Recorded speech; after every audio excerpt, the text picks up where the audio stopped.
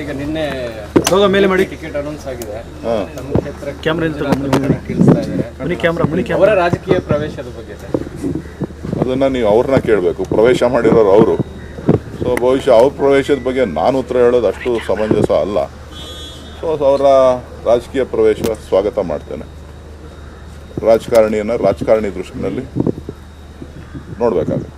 Sir, ಈಗ ಅಚ್ಚರಿ ಅಭ್ಯರ್ಥಿ ಮುಖಾಂತರ ಅಚ್ಚರಿ ಫಲಿತಾಂಶ ನೀಡಬೇಕು ಅನ್ನೋ ಲೆಕ್ಕಾಚಾರದಲ್ಲಿದ್ದಾರೆ ಸರ್ ಬಿಜೆಪಿ ಮತ್ತು JDS.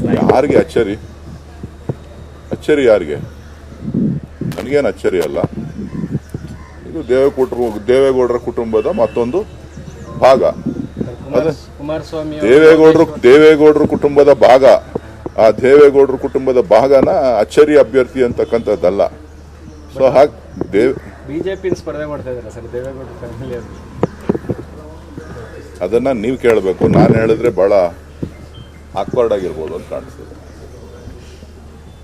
ಅವ್ರ ಪಾರ್ಟಿ, ದೇವೇಗೌಡರ ಪಾರ್ಟಿ, ಕುಮಾರಸ್ವಾಮಿ ಪಾರ್ಟಿ ಸರಿ ಇಲ್ಲ ಅಂತೇಳಿ ಬುದ್ಧಿವಂತ ಅಳಿಯ ತೀರ್ಮಾನ ಮಾಡಿದ್ದಾರೆ. ಈಗ ಯೋಗೇಶ್ವರು, ಕುಮಾರಸ್ವಾಮಿ, ಮುನಿರತ್ನ ಎಲ್ಲರೂ ಸೇರಿ ನಿಮ್ಮನ್ನು ಸೋಲಿಸಬೇಕು ಅನ್ನೋ ಪ್ಲಾನ್ನಲ್ಲಿ ಈ ಸತಿ